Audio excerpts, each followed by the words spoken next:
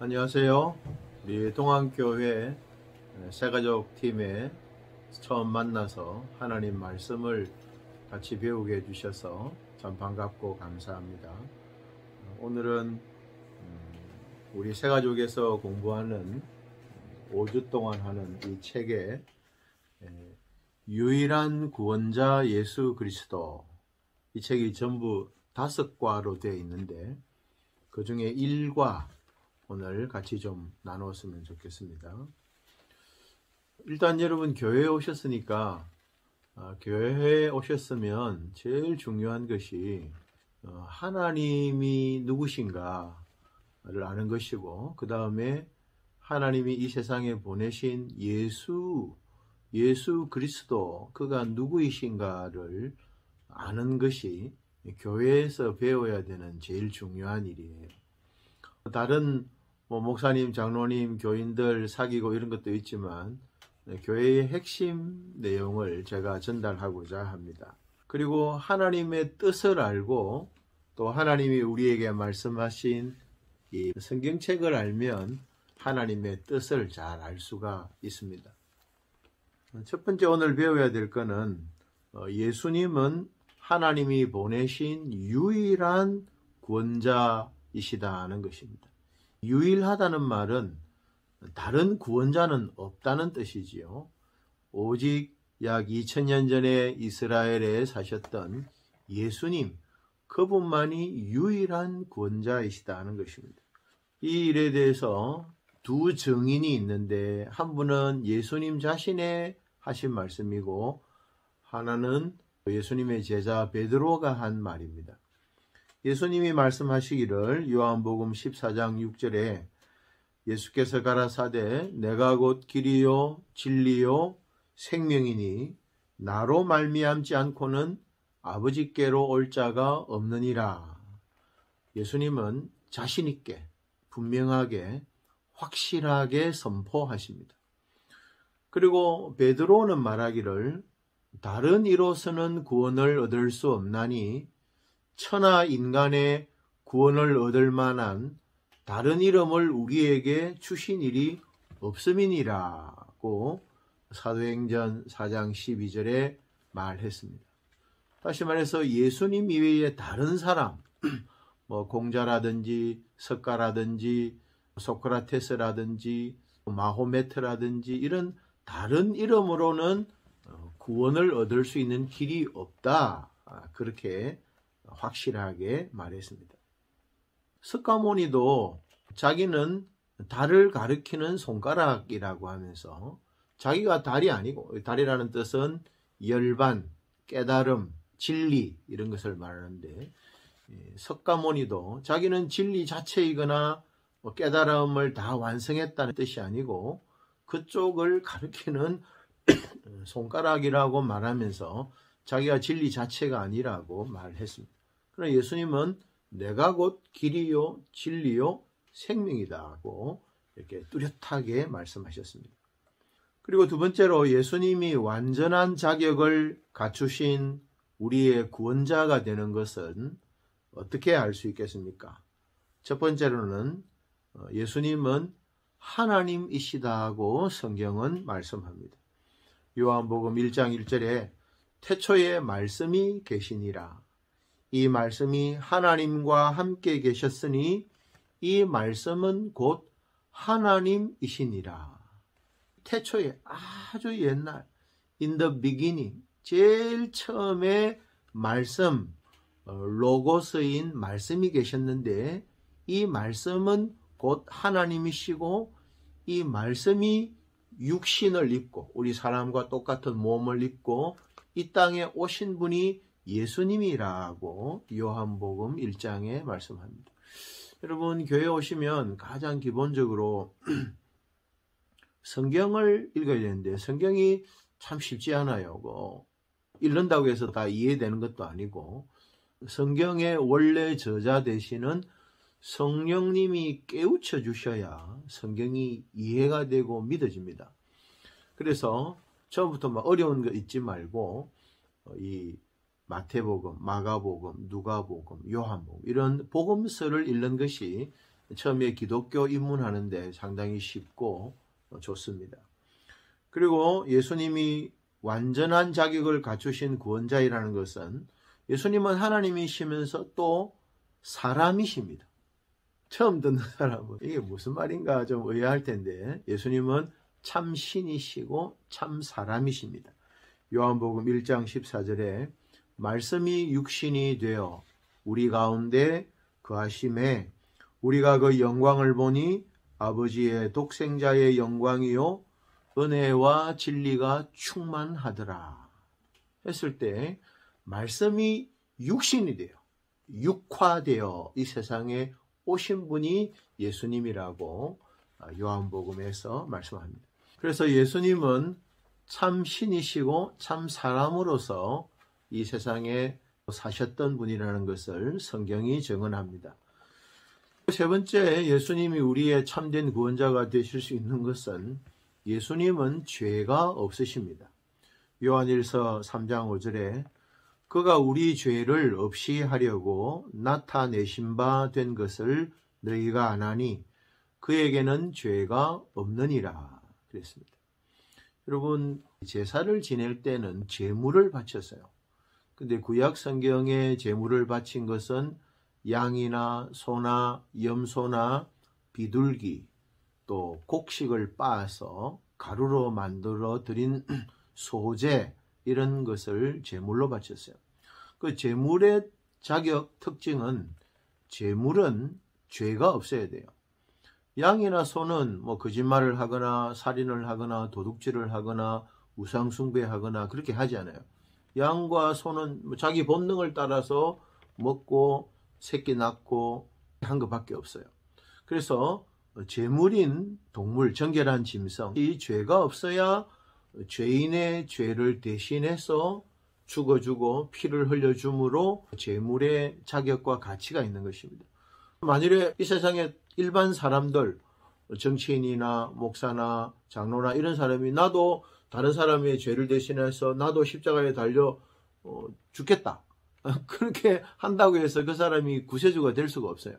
예수님은 죄가 없는 분이시기 때문에 십자가에 달려서 흘리신 그 피가 우리의 죄를 씻어주고 우리를 죄에서 구원할 수 있는 유효한 피이고 예수님만이 온전한 희생 제물이 될 수 있다는 뜻입니다. 세 번째, 예수님은 우리를 구원하기 위해서 어떻게 하셨습니까? 예수님이 우리를 구원하기 위해서 하신 일이 세 가지 있습니다. 첫 번째로는 십자가에 달려 죽어주셨습니다. 갈라디아서 3장 13절에 그리스도께서 우리를 위하여 저주를 받은 바 되사 율법의 저주에서 우리를 속량하셨으니 기록된 바 나무에 달린 자마다 저주 아래 있는 자라 하였습니다. 예수님께서 우리를 구원하시기 위해서 십자가에 죽으셨다는 사실이 성경에서 가장 중요한 사건이에요. 여러분을 사랑하는 사람들이 많이 있을 거예요. 예를 들어서 남편, 아내, 자녀들, 부모님, 친구들이 다 여러분 사랑하는 분들이 있을 거예요. 근데 그분들이 여러분을 사랑해도 여러분을 대신해서 십자가에 달려 죽을 만큼 사랑하는 그런 남편과 아내, 자식, 부모 있습니까? 두 번째, 예수님이 우리를 구원하시기 위해서 하신 일은 부활의 승리를 하셨습니다. 로마서 4장 25절에 예수는 우리 범죄함을 위하여 내어줌이 되고 또한 우리를 의롭다 하심을 위하여 살아나셨느니라. 기독교를 지탱하는 제일 큰 두 기둥이 있는데 십자가와 부활입니다. 부활은 죽은 사람이 다시 살아나는 것을 부활이라고 해요. 생각할 때 정말 죽었다가 살아난 사람 유일하신 분은 예수님이시고 예수님이 부활하셨다는 거예요. 아마 보통 4월 초가 되면 기독교, 전 세계적인 기독교 국가는 부활절을 지킨다는 것을 여러분 텔레비전 뉴스를 통해서도 보았을 거예요. 이 세상에 약 20억 명이 넘는 사람들이 예수 그리스도의 부활을 믿고 있어요. 그럼 그 약 20억이 넘는 사람들이 다 바보이거나 좀 모자라거나 그래 해서 예수님의 부활을 믿을까요? 예수님의 부활은 역사적인 사건이고 또 그 부활이 엄청나게 기쁜 소식은 나도 이 동영상을 보는 여러분도 예수님의 부활을 믿고 예수님이 진정한 나의 구세주이신다는 것을 믿는다고 하면 영생의 희망과 소망이 있다는 거예요. 그래서 이 부활은 우리에게 있어서 너무나 큰 희망과 소망을 주는, 인간의 가장 근본적인 욕망은 영생입니다. 이 부활도 영생을 갈망하는 사람들을 위해 지어낸 이야기가 아니고 예수님이 실제로 부활하셔서 보여주신 것입니다. 세 번째로 예수님이 우리를 위해서 하신 것은 성천의 영광입니다. 성천이라는 것은 하늘로 올라갔다 그 말입니다. 마가복음 16장 19절에 주 예수께서 말씀을 마치신 후에 하늘로 올리우사 하나님 우편에 앉으시니라 말씀합니다. 어떻게 사람이 하늘로 올라갈 수 있지 이렇게 생각하는데, 이때는 부활하신 이후에 우리 몸과는 다릅니다. 질적으로 달라요. 그래서 만유인력의 법칙을 거스를 수 없는 이런 몸이 아닌 신령한 몸을 가진 것이 부활한 이후의 몸이라는 거예요. 그때 그 몸이 하늘로 올리우사 하나님 우편에 앉으시니라, 이것을 성천이라고 합니다. 이렇게 예수님은 우리를 구원하시기 위해서 십자가에 죽으시고 부활하시고 성천하셔서 성령님을 보내주셨고 지금도 하나님 보좌 우편에 앉아 계셔서 우리를 위하여 중보 기도하고 계십니다. 그리고 예수님은 다시 이 땅에 오실 것이다, 다시 오시는 것을 준비하고 계신다는 것입니다. 마지막 네 번째로 예수 그리스도를 믿는 자에게 주시는 하나님의 선물은 무엇입니까? 예수님을 믿으면 선물을 준대요. 하나님이 예수 그리스도를 믿는 자에게 주는 선물은 첫 번째로는 집안 구원입니다. 사도행전 16장 31절에 주 예수를 믿으라, 그리하면 너와 내 집이 구원을 얻으리라. 구원. 인생에 있어서 제일 중요한 구원. 구원을 달리 표현하면 죄사함 혹은 영생이라고 할 수 있죠. 이렇게 구원을 얻는 것이 사람에게 있어서 가장 큰 갈망이에요. 양심이 살아있고 하나님의 은혜를 깨달았고 성경 말씀으로 말미암아 영원히 살아난 사람은 나는 정말 죄인이야. 내 안에 있는 죄성을 내 스스로 극복할 수가 없어.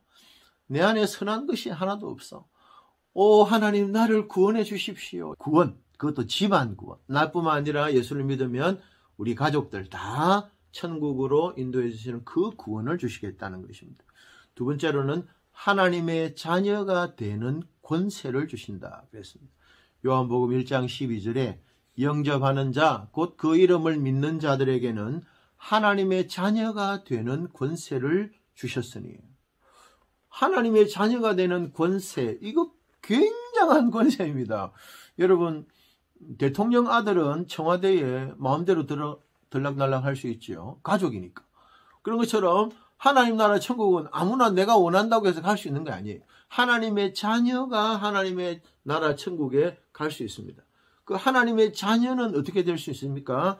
영접하는 자, 곧 예수 그리스도의 이름을 믿는 자. 예수 그리스도라는 말은 우리말로 표현하면 예수 구원자, 예수 구세주 이 말입니다. 그래서 그 이름을 믿는 자, 예수가 구세주임을 믿는 자, 예수가 나를 지은 죄에서 구원해 주실 분이라는 것을 믿는 사람이 하나님의 자녀가 되는 권한을 준다는 거예요. 마지막 세 번째로는 영생을 주십니다. 요한복음 6장 47절에 진실로 진실로 너희에게 이르노니 믿는 자는 영생을 가졌나니 내가 곧 생명의 떡이니라, 그런 말씀을 하셨어요. 믿는 자는 영생을 얻는다는 것입니다. 천국에 가기 위해서 착한 일을 굉장히 많이 해야 될까요? 미스 코리아처럼 얼굴이 예쁘면 천국에 갈 수 있을까요? 아니면 제가 10억을 가져왔습니다. 하나님, 이거 드릴 테니까 천국에 좀 넣어주세요. 이렇게 하면 천국에 갈 수 있을까요? 하나님이 우리를 구원하실 때 하나님이 정하신 것은 그가 보내신 구원자 예수 그리스도를 믿는 자에게 영생을 주시겠다고 했습니다. 믿는 자는 초등학교 나와도 믿는 사람이 있어요. 박사님도 예수님 믿고, 남녀노소 동서고금 차별 없이 누구든지 주의 이름을 부르는 자는 구원을 얻으리라 했으니까, 예수님을 믿는 것은 자기만 마음에 받아들이면 누구든지 예수님을 믿을 수 있습니다. 하나님은 우리에게 초청하십니다. 수고하고 무거운 짐진 자들아 다 내게로 오라. 영생, 죄사함, 부활, 성천, 이러한 것들을 다 받을 수 있는 것은 예수 그리스도를 믿음으로 누리게 되는 엄청난 축복의 세계가 있습니다. 우리나라 속담에 첫 술에 배부르지 않다는 말이 있죠. 하나님의 은혜와 축복의 세계도 하루 만에 1시간 만에 다 알 수는 없지만 앞으로 2과 3과 4과 5가 하면서 더 큰 성경의 세계 속으로 여러분과 저와 같이 탐험하고 또 진리의 말씀을 깨닫는 기쁨을 우리 함께 누렸으면 좋겠습니다. 감사합니다. 다음 과에 또 만나요.